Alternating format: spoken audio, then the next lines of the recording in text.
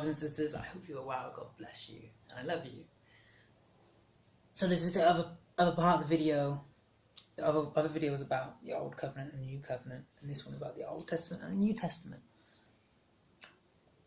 Why does the Old Testament and the New Testament seem so different? Why is God all about death, destruction, wipe out this tribe, wrath, fire, brimstone, things falling from the sky? And then the New Testament is love, forgive your enemies, pray for those who persecute you. They seem completely juxtaposition. But it says in the Bible that God does not change. So what's going on there? I tell you, God does not change. God has stayed the same throughout it all. You just have to get the understanding for it. If we look at Revelation, right at the end of the New Testament, there's fire, there's brimstone, God's wrath is coming. There's God's wrath and there's God's love. That's coming. And the Old Testament, there's a lot of very strict discipline. God was very strict with the nation of Israel as well. And he disciplined them. And God's discipline is his love. His love was all throughout there. God's love is in the law, in the Old Testament law, as we said in the other video. So why was God sending Israel to go out and destroy all these tribes? So basically this all goes back to Genesis 6. When man began to multiply on the face of the earth of the land, and daughters were born to them, the sons of God saw that the daughters of man were attractive. Now the sons of God were angels. And they took as their wives any that they chose. The Nephilim were on the earth in those days, and also afterwards, when the sons of God came into the daughters of man, and they bore children to them. These were the mighty men who were of old, the men of renown. Giants. The Lord saw that the wickedness of man was great in the earth, and that every intention of the thoughts of his heart was only evil continually. And the Lord regretted that he had made man on the earth, and it grieved him to his heart. So that's when God sent the flood and saved Noah. Because there's so much wickedness in the world. How does wickedness come in the world? Because of giants. Well, what happened is, there were 200 angels, watchers. And they saw that the human women were attractive. And they'd been forbidden by God to take wives. They were mortal, they were sons of God. They had a job to do to watch over mankind. God forbid them from having wives and children because they were immortal. They were to stay in heaven. But they made a pact with each other. One of them said, I'm not going down there by myself to take the full punishment of this sin. So they all made a pact together and said, okay, we'll all go down. We'll father children, we'll take wives, and we'll raise them as our own, and we'll be gods unto them. So they came down and they had children, they bore children, and they taught mankind much wickedness, much evil. It says all sin was ascribed to Azazel, he was one of the angels. They taught mankind warfare, weapons, sorcery, taking root cuttings and things like that, drugs basically, abortion, makeup, star signs, astrology, astronomy, things like that. Things that led mankind astray.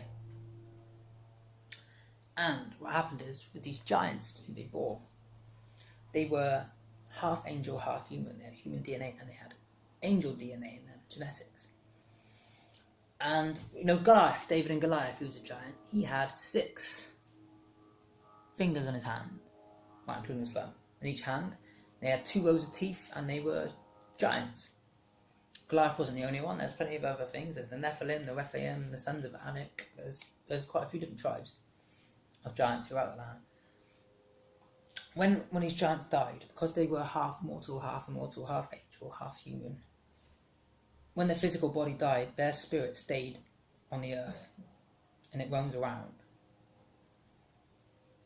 So these were the unclean spirits come from. And I pity these unclean spirits. They're the things that Jesus was casting out of people. They're demons and they're unclean spirits. They're 2 different things. We'll go through that at a later point at some point. But these unclean spirits, when they die, they still hunger and they still thirst and they're almost driven insane. But they're ancient. They were already incredibly wise and cunning when they were on the earth. Also, these giants, these Nephilim, they had elongated skulls at the back. You see some of these skulls around, and people say they're aliens, but they're not. They're actually from these angelic DNA. There were lots of giant bones have been found of humans, and they get destroyed, wiped out, because people want this history suppressed. You're not going to learn about this in any organised church system. You have to go look for this yourself.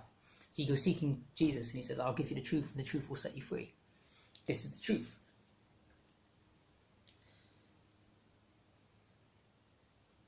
These demons, these unclean spirits, they're wise, they're cunning, they know how to manipulate people. They know how to put thoughts in your head. They will come attach themselves to a person and they just thrive off our agony and suffering, really. They cause us to sin, they impersonate our thoughts, they impersonate God. They'll put thoughts in your head. They'll say, I'm not good enough, I'm ugly, I'm too stupid, I should kill myself, what's the point of living, I'm going to drink, I don't want to do that, I'm not going to read my Bible, I don't like God, I hate God. All your negative thoughts. We don't naturally think these things. Humans are not naturally, contrary to popular belief, we are not naturally the vile creatures that we see specimens of. Mankind is not naturally going to be pedophiles, or mankind is not naturally going to be into vile perversions and things like that. These come from unclean spirits. That's what the wickedness comes from, which God then sent the flood to. But some of them managed to survive the flood, and they stayed, and they were still giants. So that's why we see in the Old Testament, the tribes of Israel went to scout around place, and they saw these giants. They saw people who were the size of grasshoppers. They made us seem like grasshoppers. Now that was an over-exaggeration, because those people from that tribe of Israel were scared, and they turned the tribe of Israel away from conquering a land which God wanted them to conquer. So Israel failed their charge of wiping out the Nephilim. But that's what the charge was. That's why they had to go around destroying this tribe, destroying that tribe, setting them all apart for destruction. Because God wanted that bloodline that wiped out the genetics of the Nephilim, the Rephaim, the sons of Anak, that angel bloodline, because he knew it's evil. So there's a part, one of the cities that David overthrew. In your current Bibles, you're not going to glean the understanding from it, because all it says is, he made all the people lie down in 2 lines, and one of the lines he let live, and the other line he killed them all, he executed them all. But if you're very lucky enough to have an older Bible, it will tell you that actually he got a length of rope, and anyone who was shorter than that length of rope, he let live, and anyone who was longer than that length of rope, he put to death, because they were giants. They had that bloodline, they had that gene. So this is why Old Testament God is wipe them out, destroy. You're not listening to what I'm saying. I'm going to punish you because I need you to wipe out, because God was serious. He couldn't flood the earth again. He promised. He made us an oath. He gave us the rainbow. He promised to mankind he would not flood the earth again. So when he saw the wickedness increasing and the giants coming back, he had David and his mighty men, the men of renown, the 33. There were the 3, and then, in Kings and Chronicles, and then Samson to go take out the Philistines. He had all of that. God had charge. He sent out his people. He built up his own mighty warriors to do his charge, to clear up the world of wickedness. But Israel failed. So that is why the Old Testament God seems very warlike. And this is why in the New Testament it's all very loving and forgiving, because there's unclean spirits that put thoughts into people's heads. Jeremiah says the way of man is not in himself, it is not man who directs his steps. That's because it's these unclean spirits that direct our steps. You can learn to recognize them. They put thoughts into your head. Not all of them, but very often, when they put a thought into your head, you'll scratch yourself. You'll have a little tick, you'll have a spasm, your fingers will twitch. You'll have to clench your fingers a lot. You'll get little spasms. God has shown me this. He's revealed this all to me, so that I can teach it to you. You can learn to recognize unclean spirits in your own life, because it's very important that you do. Then you will know when your thoughts are your own thoughts and when they're not your own thoughts. You'll be so surprised at how many of your thoughts are not your own. This is why we have to take captive every thought to obey Christ. So an evil thought comes in, we rip it straight out. But see, that's why it says every sin will be forgiven except blasphemy against the Holy Spirit, because we've all been deceived. Now, we're arming of knowledge here. With this knowledge comes responsibility. You have to learn how to recognize these thoughts. You know that when an evil thought comes to your head, you can say, that's not me thinking that. I don't want to think about that. I don't want to think about pornography. Why am I thinking about pornography? I don't want to think about alcohol and drugs. Why am I thinking about alcohol and drugs? Why am I thinking this? I don't want to think about that. I've seen people looking at other people's crotches or parts of their body, and then they go, oh, why am I doing that? I don't want to look at that. And I can see God show me it's an unclean spirit working through them. And they'll do their little twitch, and then they'll look. People think all this twitchiness and stuff got mental health problems. What do you think mental health problem is? Someone hears a voice telling them to go kill somebody. Spiritual health. Yeah, these people have an unclean spirit attached to them. We don't blame the person. There's so many ways for an unclean spirit to get into you. Legal ground, that's what goes on about in the other video. But blasphemy against the Holy Spirit is not insulting the Holy Spirit by calling him a name. It is insulting the Holy Spirit by not obeying his instruction. The very first sin that Adam fell, which ascribed sin unto all of mankind, disobeying God. You say, how is that fair? That all mankind gets, because of one man's sin. Well, one man saved us all. Jesus. His blood will wash us clean. We have to obey him. That's how we atone for that.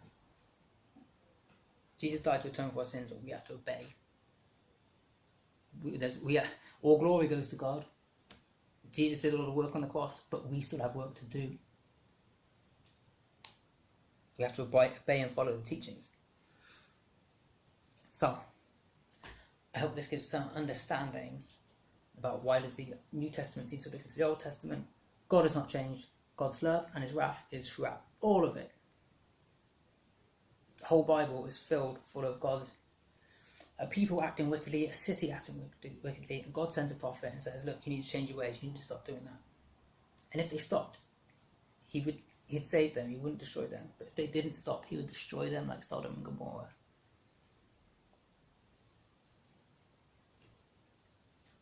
So I hope that brings you some understanding, brothers and sisters. Seek for the truth. Jesus is the truth, and he'll show you the truth and the way. Everything you know about the entire world, about pretty much everything, we've been lied to. Satan is the god of this world, and it says in the book that he's deceived the whole world. I've said it before, and I'll say it again. If you believe that in the book, it says Jesus is the resurrection and the life, and that when you die, you're going to go to heaven, then you should believe all the other words in this book. You should believe every word in there about Satan. You should believe every word in there about how you should be living your life. Alright? God bless you. I love you. Take care.